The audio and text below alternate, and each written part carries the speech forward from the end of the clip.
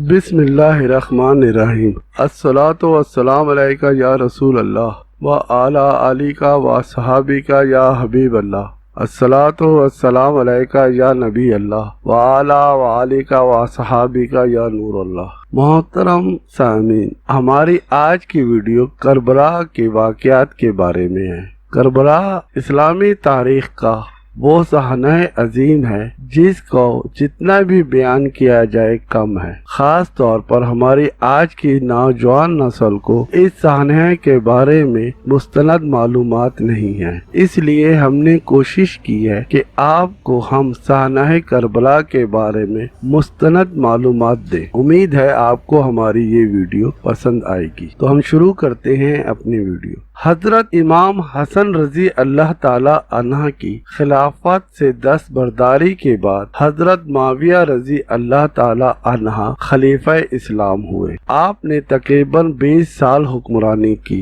और ये वो दौर था जो कि अमन सुकून और खुशहाली का दौर था। आपकी खिलाफत से पहले हजरत उस्मान रजी अल्लाह ताला अन्हा की शहादत के वक्त से लेकर हजरत इमाम हसन की खिलाफत से दस्तबरदारी तक का जो दौर था, इसमें मुसलमानों की आपस की खाना जंगी के बाइस मुसलमानों की फतूहात रुक गई थी। जब हजरत अमीर माविया खलीफा हुए तो मुसलमानों की खिलाफत का सिलसिला दोबारा से शुरू हो गया। हजरत अमीर माविया के दौर में अमन सुकून की वजह से खिलाफत इस्लामिया ने अपनी फतूहात को दोबारा से शुरू किया। तो एक तरफ वो शुमाली अफ्रीका में दाखिल हो गए तो दूसरी तरफ मुसलमानों का लश्कर कस्तंतुनिया पर हमला आवर हुआ। हजरत अमीर माविया ने अपनी वफात से कुछ अरसे पहले अपने जानशीन के बारे में सोचा। आपका ख्याल ये था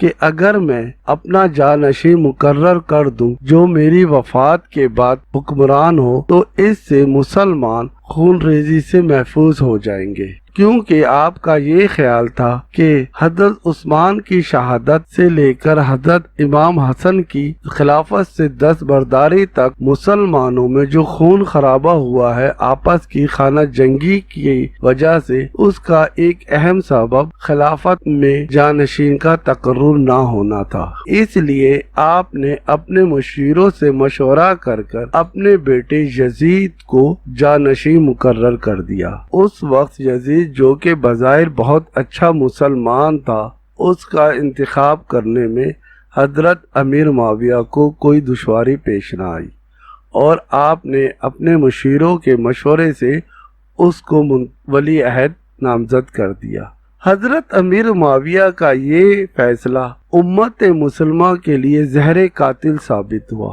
और उससे वो अजीम सहना हुआ जिसका नाम सहना करबला है। यजीद ने अपने खलीफा होने के बाद इस्लामी शायर का बेदर्दी से मजाक उड़ाया और शराब नोशी इसकी एक आम आदत थी। वो नमाज भी नहीं पढ़ता था, बल्कि वो एक फाजिर और फासिक शख्स था। बहुत से तारीखदान बताते हैं कि खिलाफत मिलने से पहले वो एक अच्छा मुसलमान नजर आता था। यहाँ पर हम आप पर ये भी वाज़ेह करते चले कि एक तबका ये कहता है कि यजीद और इमाम हुसैन रजी अल्लाह ताला अन्हा की लड़ाई असल में दो शहजादों की लड़ाई थी और उनका ये कहना कि यजीद अमीर माविया के दौर में इस लश्कर में शामिल था जो कस्तंतुनिया फतह करने गया था, मगर इस बात का तारीख में कोई भी मुस्तनद हवाला नहीं है। अक्सर मुफस्सिरीन ने इस लश्कर का ताल्लुक किसी भी तरह से यजीद से नहीं जोड़ा और न ही कहा है कि यजीद इस लश्कर का कोई रुकन था, क्योंकि कुस्तुनतुनिया में जाने वाले लश्कर के लिए हुजूर पाक सल्लल्लाहु ताला अलैहि वसल्लम की हदीस मौजूद है कि जो पहला लश्कर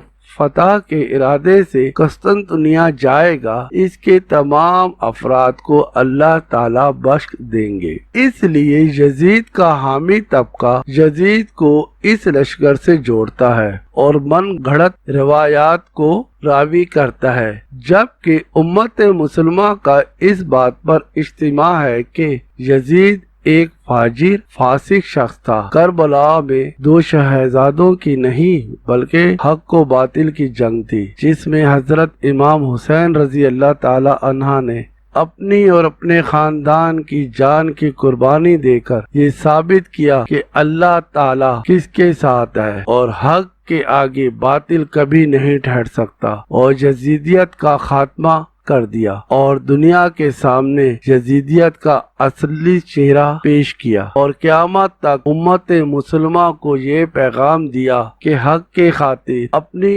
اور اپنے خاندان کی جان و مال کی قربانی بھی دینا پڑے تو اس سے دریغ نہیں کرنا چاہیے۔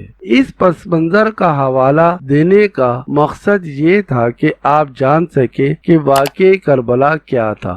سن 61 ہجری میں جب امیر معاویہ کی وفات کے بعد یزید حکمران ہوا تو اس کے مشیروں نے اس کو مشورہ دیا تھا کہ تمہاری خلافت جب تک پائیدار نہیں ہو سکتی جب تک حجاز مقدس کے لوگ تمہاری بیعت نہ کر لیں۔ حجاز مقدس سے مراد مکہ اور مدینہ منورہ ہے، اور حجاز کے لوگ جب تک تمہاری بیعت نہیں کریں گے جب تک ان کے اکابرین تمہاری بیعت نہیں کرتے، اور ان کے اکابرین میں خاص طور پر حضرت امام حسین رضی اللہ تعالی عنہ، حضرت عبداللہ بن زبیر رضی اللہ تعالی عنہ، حضرت عبداللہ بن عمر رضی اللہ تعالی عنہ، حضرت عبداللہ بن عباس رضی اللہ تعالی عنہ، حضرت عبد الرحمن بن ابی بکر رضی اللہ تعالی عنہ، اور حضرت عبداللہ بن مسعود رضی اللہ تعالی عنہ سب سے اہم ہیں۔ یہ وہ تمام لوگ ہیں جو صحابی رسول ہیں اور صحابہ کرام کے صاحبزادے ہیں۔ خاص طور پر عبداللہ بن زبیر اور حضرت امام حسین رضی اللہ تعالی عنہ کے بارے میں اس کے مشیروں نے کہا کہ ان سے لازمی بیعت کر لینا، کیونکہ اگر یہ دو افراد بیعت کریں گے تو دوسرے بھی قابرین بیعت کریں گے، اور اس طرح پورا حجاز مقدس تمہاری بیعت کر لے گا، لیکن اگر ان دونوں افراد نے بیعت نہیں کیا تو کوئی بھی تمہاری بیعت نہیں کرے گا۔ خاص طور پر عبداللہ بن زبیر کے ساتھ تو سختی سے پیش آنا، کیونکہ وہ ایک انتہائی بہادر اور سخت مزاج انسان ہے۔ یہاں پر ہم آپ کو حضرت عبداللہ بن زبیر رضی اللہ تعالی عنہ کے بارے میں بتانا پسند کریں گے، کیونکہ حضرت عبداللہ بن زبیر حضرت امام حسین رضی اللہ تعالی عنہ کے بعد بہت ہی اہم شخصیت ہیں۔ حضرت عبداللہ بن زبیر حضرت ابو بکر صدیق رضی اللہ تعالی عنہ کے نواسے ہیں اور حضرت زبیر بن عوام کے صاحبزادے ہیں۔ یہ وہ صحابی رسول ہیں جن کی پیدائش اس وقت ہوئی جب یہودیوں نے ہجرت کے 1 سال تک مدینے میں مسلمانوں میں اولاد نہ ہونے کے باعث یہ افواہ پھیلا دی تھی کہ ہم نے جادو کر دیا ہے اور کسی بھی مسلمان عورت کے اولاد نہیں ہوگی، تو اس وقت حضرت عبداللہ بن زبیر پیدا ہوئے۔ حضرت عبداللہ بن زبیر کے پیدا ہونے سے پورے مدینہ میں بہت خوشیاں منائی گئیں۔ خاص طور پر آپ صلی اللہ تعالی علیہ وآلہ وسلم نے حضرت عبداللہ بن زبیر کے منہ میں اپنا لباب دہن مبارک ڈالا۔ یہ وہ سعادت ہے جو بہت ہی کم لوگوں کو نصیب ہوئی۔ حضرت عبداللہ بن زبیر کو اللہ تعالیٰ نے